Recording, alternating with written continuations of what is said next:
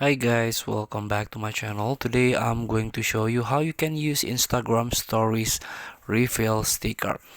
So this is not so update or not a new one, um, but if you still or if you just first time use Instagram, you can create a refill sticker.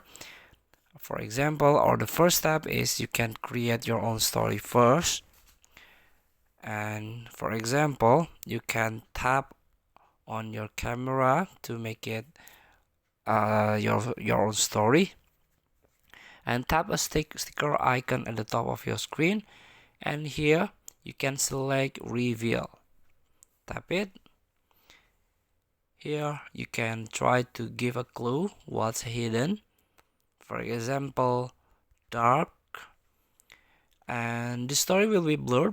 People can see it after they message you. And here the preview, the story will be blurred, and this is how your story will look to anyone who has not messaged you to reveal it. Feel free to try. Thank you for watching. Don't forget to comment, like, and subscribe, and so click this button below. See you in the next video.